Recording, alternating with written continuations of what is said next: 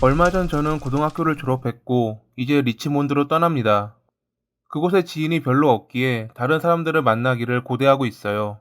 저는 새로운 사람들을 만나는 것을 좋아하기 때문에 언제든지 채팅 메시지를 보내주세요. 2005년 8월부터 미국 버지니아 커먼웰스 대학교에 다니게 된 신입생 테일러 마리벨이 개인 SNS에 남긴 글입니다. 그녀는 활발한 성격에 사람들을 만나는 것을 좋아하는 소위 우리가 말하는 인싸였습니다. 집에서 대학교까지는 차로 1시간 반이 걸리기에 그녀는 기숙사 생활을 했고 카페에서 아르바이트를 하며 돈을 모으는 착실한 학생이었습니다. 그런 그녀가 2005년 9월 5일에 사라집니다. 그날 저녁 테일러를 마지막으로 본 이는 그녀의 룸메이트였습니다.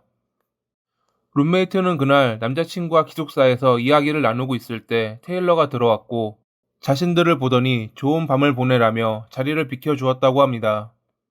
그 시각이 오후 10시 30분쯤. 테일러는 자동차 열쇠와 휴대폰, $40를 갖고 기숙사를 빠져나갔습니다. 룸메이트는 그녀가 몇 시간 후 돌아올 거라 생각했습니다. 하지만 다음 날이 되어도 테일러의 모습은 보이지 않았고 전화조차 받지 않았습니다. 결국 그녀가 사라지고 이틀 뒤인 9월 7일에 실종 신고가 들어갔지만 경찰의 반응은 생각보다 무덤덤했습니다. 매년 미국 전역의 대학교에 다니는 학생들은 종종 사라지곤 합니다. 스트레스, 연인과의 결별, 지루함을 이겨내고자 혼자만의 여행을 즐기곤 하죠. 경찰은 테일러 역시 그러한 대학생들 중 하나일 것이라 생각했고 신고를 받은 후 11일 동안 별다른 조치를 취하지 않았습니다. 테일러의 어머니는 자신의 딸이 아무 말도 없이 사라질 리 없다며 경찰을 비난했습니다. 현금 $40만 갖고 지갑은 놔둔 채 여행을 떠난다는 것은 말도 안 된다며 말이죠. 그녀의 지인들 역시 경찰에 지속적으로 수사 요청을 했고 테일러가 사라지고 11일이 지난 후에야 다른 관할로 넘어가며 수사가 시작됩니다. 수사가 시작되고 다음 날인 9월 17일 비번이었던 경찰관이 개를 산책시키던 중 테일러의 차량을 발견하면서 그녀의 실종의 실마리가 잡히기 시작합니다. 테일러가 마지막으로 목격된 기숙사로부터 2km쯤 떨어진 주택단지에서 발견된 그녀의 차량은 기존과는 다른 점이 있었습니다. 번호판이 2달 전에 도난 신고가 들어온 오하이오주의 번호판으로 교체돼 있었던 겁니다. 그녀가 사라진 뒤로도 한동안 사용한 흔적이 있어 보이는 자동차.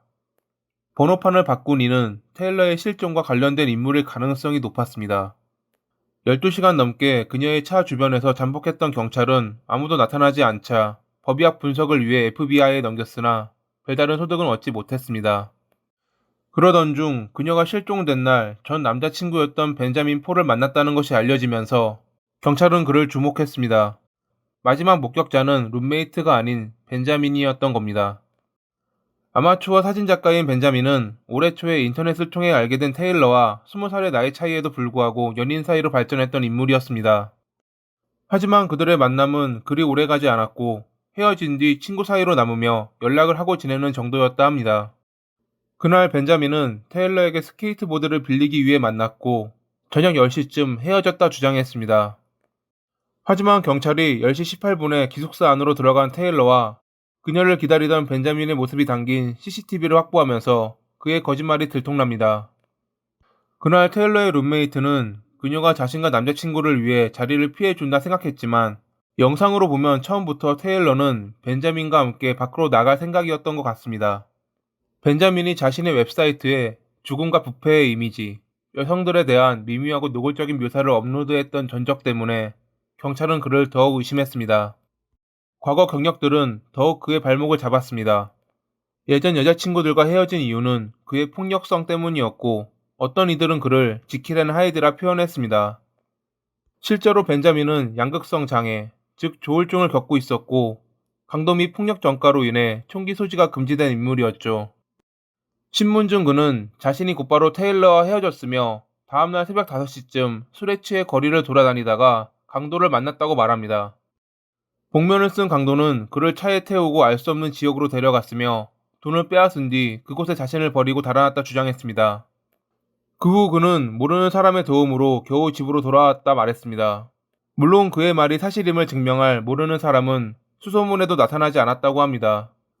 벤자민의 집을 수색한 경찰은 그의 컴퓨터에서 아동 포르노를 발견했고 9월 23일에 우선적으로 그를 불법 음란물 소지죄로 체포합니다. 테일러가 사라지고 정확히 한 달 뒤인 10월 5일, 리치먼드에서 차로 1시간 20분 거리에 있는 매튜스에서 그녀의 시신이 발견됩니다. 그녀의 손과 발에 남아있던 덕트 테이프의 흔적은 사살임을 보여주고 있었습니다. 매튜스 인근은 벤자민이 자신의 웹페이지에 주로 올리던 장소였습니다. 그는 그곳을 붕괴된 도시의 매혹적인 예라고 표현했습니다. 지금까지의 내용을 정리하면 이렇습니다. 2005년 초 인터넷을 통해 만난 테일러와 벤자민은 짧은 연애 생활 후 헤어졌고 친구로 남아 서로 연락을 주고받는 사이였다. 벤자민은 9월 5일 테일러가 사라진 날 밤 그녀를 본 마지막 사람이었다. 9월 6일 새벽에 벤자민은 강도질을 당한 뒤 모르는 사람의 도움을 받아 집으로 귀가할 수 있었지만 이를 증명할 증거는 없다. 벤자민은 16건의 아동 포르노 소지 혐의로 체포됐다. 지인들은 벤자민을 지킬 앤 하이드라 부를 정도로 그는 조울증을 앓고 있었다. 10월 5일에 테일러의 시신이 발견된 장소는 벤자민이 자주 촬영을 하던 장소였다. 이러한 여러 정황 증거들과 거듭된 신문으로 결국 벤자민은 자신의 죄를 자백했습니다. 자신이 테일러를 살해한 것 같다고 말이죠. 9월 5일에 벤자민은 테일러를 데리고 매튜스의 한 해변으로 갔고 그곳에서 색다른 사랑을 나누려고 했습니다. 테일러가 그에게 원했던 것은 자신을 구속하고 목을 조르며 성행위를 하는 것이었지만 벤자민은 도중에 그녀가 죽을까 두려워 멈추었다고 합니다. 그러자 테일러는 벤자민을 겁쟁이라 놀렸고 화를 내는 그에게 강제로 당했다고 신고하겠다며 전화기를 꺼냈습니다.